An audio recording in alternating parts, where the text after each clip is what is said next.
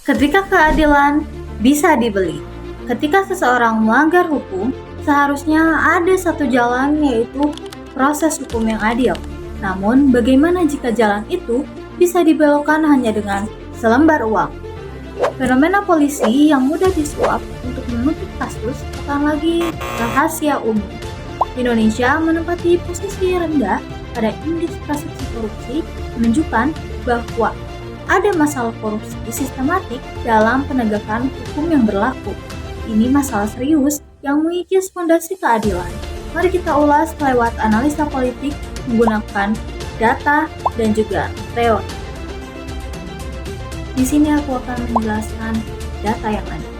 Transparansi Internasional dan Indeks Persepsi Korupsi tahun 2024-2025 menempatkan Indonesia dengan skor 34 dari 100, tergolong rendah dan menandakan kerentanan korupsi tinggi di sektor penegakan hukum.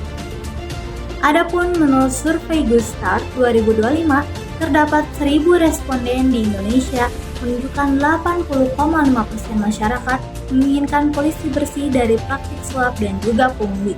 Sebanyak 70,1% berharap polisi bekerja adil dan juga profesional. Namun, persepsi bahwa suap mempermudah penyelesaian kasus sangat tetap melekat di masyarakat. Data ini tidak hanya soal persepsi, tetapi sesuai dengan banyaknya kasus yang terungkap secara media dan juga secara penegakan hukum. Di sini aku akan menjelaskan secara teori mengapa suap itu bisa terjadi. Fenomena ini bisa dijelaskan dengan dua teori utama.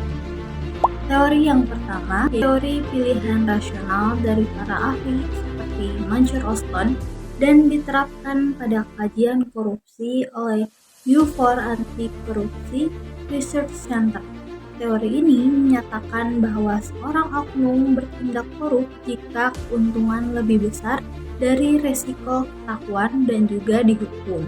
Jika pengawasan lemah, maka suap menjadi pilihan yang paling rasional meski salah secara moral. Yang kedua, ada teori legitimasi institusi oleh para sosiologi politik seperti Marcus Mann dan diterapkan dalam kajian anti korupsi. Ketika institusi kehilangan legitimasi di mata anggotanya, moralitas dan etos kerja pastinya akan menurun, sehingga oknum merasa tidak wajib untuk jujur. Faktor penyebabnya antara lain gaji rendah, budaya korupsi mengakar, dan sistem yang dirasa tidak adil. Ini memperkuat praktik suap sebagai bagian dari sistem korupsi. Pada bagian ini aku akan menjelaskan dampak dari hal-hal yang sudah terjadi dan juga solusinya. Gabungan data dan teori menjelaskan siklus yang merusak, bahwa budaya korupsi menurunkan kepercayaan publik, memicu lebih banyak praktik suap, dan juga mengikis legitimasi institusi. Hukum jadi tumpul ke atas dan tajam ke bawah. Orang biasa harus menghadapi proses hukum yang sangat panjang dan juga mahal, sedangkan orang yang berduit bisa membeli keadilan. Solusinya adalah reformasi struktural, peningkatan kesejahteraan polisi, pengawasan ketat, sanksi tegas, dan juga transparan, serta pembentukan budaya integritas mulai dari pemimpin hingga bawahan.